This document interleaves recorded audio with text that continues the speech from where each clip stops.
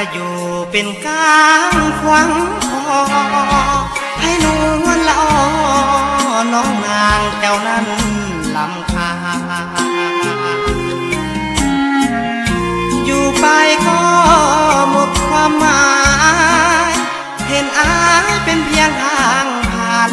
จะทรมานอยู่ไปเพื่อยังความรักที่มีวันนี้จืดจางอายยอมหลีกทางเพื่อนางสดชื่นสมหวังความรักจากใจอานงนั้นบ่มันคงจีรังอายยอมผิดหวังหลีกทางห่างลาโชคดีเถิดน้องกับคนหาใหม่ฝืนอยู่ต่อไปก็คงบ่มีน้ำยา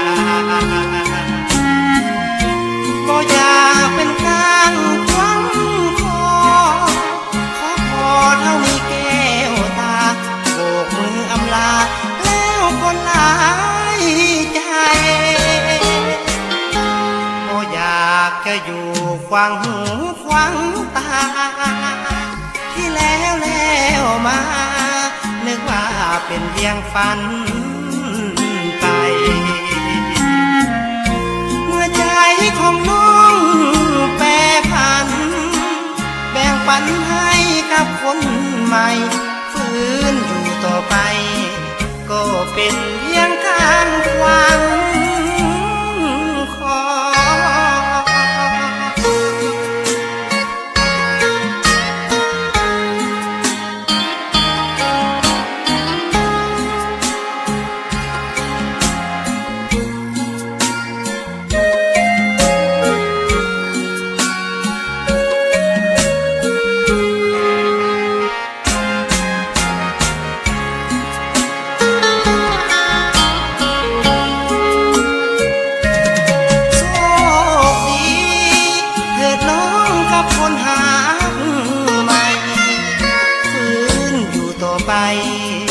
ก็คงบ่มีน้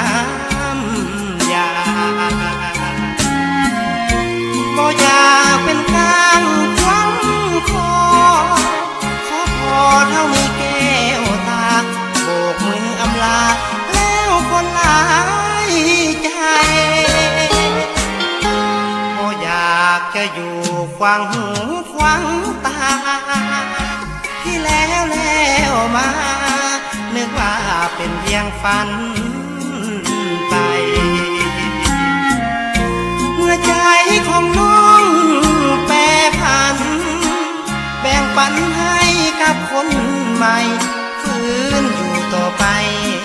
ก็เป็นเพียงการ